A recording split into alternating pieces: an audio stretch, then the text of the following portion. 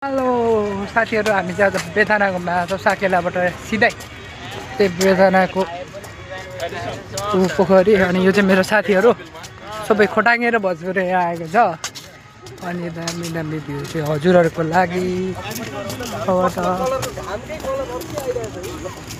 यहाँ आउनुभयो भने हजुरहरु बोट चढ्न सक्नुहुन्छ।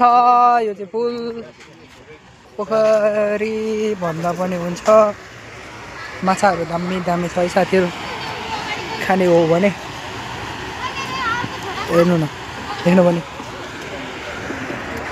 यो दोरी टाँगेको एरिया भित्र चाहिँ जब एरिया भन्दा बाहिर चाहिँ जानु हुँदैन। यो चाहिँ खतरा हो।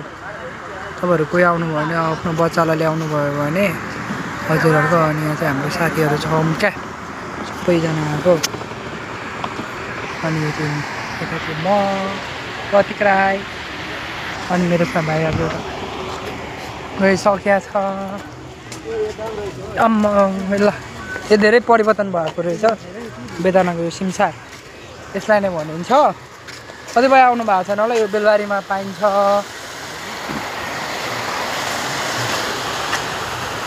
यो फ्रीमा लाँदा पनि हुन्छ है। यो माछा चाहिँ मार्दैन कि नि, कहाँ पाल्नको लागि अनि गरेको अनि मारेर हुन्छ त।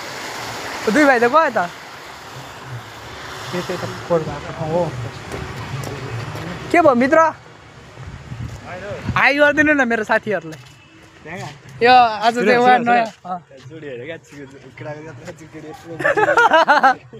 मेन्टेन भन्छ जति त्यसलाई मेन्टेन भनिन्छ। यो चाहिँ नेपालको झन्डा। अनि यहाँ चाहिँ राईनीहरू पनि आउनु भएको छ। सालको रुख साथीहरू।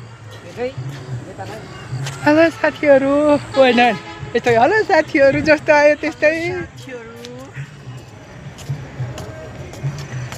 म चाहिँ अनि यता घुम्न आएको थिएँ अझ। म बनाउँछु। यो चाहिँ मेरो मामाको छोरो बिग्रेको साँडे ज्ञानी भाइ, एकदमै ज्ञानी हो।